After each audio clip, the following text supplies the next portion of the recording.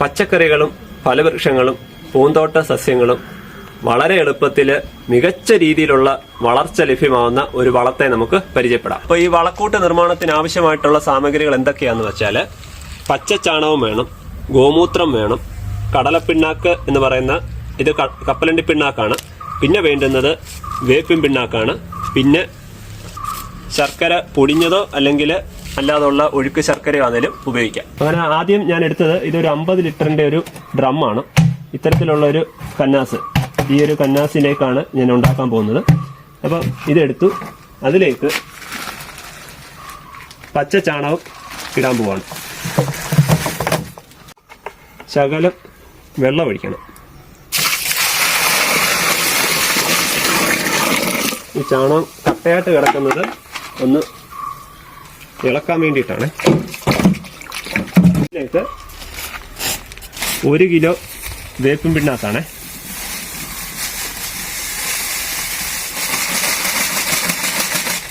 ഒരു കിലോ വേപ്പിൻ പിണ്ണാക്ക് ഇട്ടു. ഇനി അതിലേക്ക് 1 കിലോ കടലപ്പിണ്ണാക്ക് അഥവാ കപ്പലണ്ടി പിണ്ണാക്ക്. ഇനി ഒന്നുകൂടെ ഒന്ന് ഇളക്കണം, കാരണം ഈ കപ്പലണ്ടി പിണ്ണാക്കും പെട്ടെന്ന് കുഴയുന്ന ഒരു രീതിയിലാവും. അപ്പോൾ അത് ഈ വെള്ളവുമായിട്ടൊന്ന് യോജിപ്പിക്കണം. ഗോമൂത്രം ചേർക്കാൻ പോവാണേ. അങ്ങനെ ഗോമൂത്രം ചേർത്തു. ഇനി ഈ ഗോമൂത്രം കൂടെ അപ്പോൾ ഒന്ന് ആലോചിക്കണം, ഇതെല്ലാം നൈട്രജൻ കൂടിയ വളങ്ങളാണ്. ചെയ്യാൻ വേണ്ടിയിട്ട് ചേർക്കുന്ന ഒരു പ്രധാന ഘടകമാണ് ശർക്കര.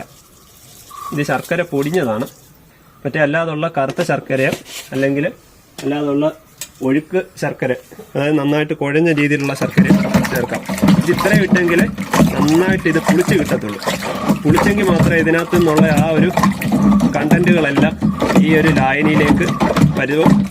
അതിൻ്റെ ബാക്ടീരിയൽ ആക്ഷൻ കൊണ്ടാണ് ഇതിനകത്ത് വളർച്ച ഘട്ടം എല്ലാം നല്ല രീതിയിൽ അതിൻ്റെ ആ വളർച്ചാ ത്വരകങ്ങളായിട്ട് ഈ ഒരു കാണുന്ന ലിക്വിഡ് വെള്ളം ചേർത്ത് കൊടുക്കുമ്പോൾ യാതൊരു കാരണവശാലും ക്ലോറിൻ വെള്ളം ചേർക്കരുത്.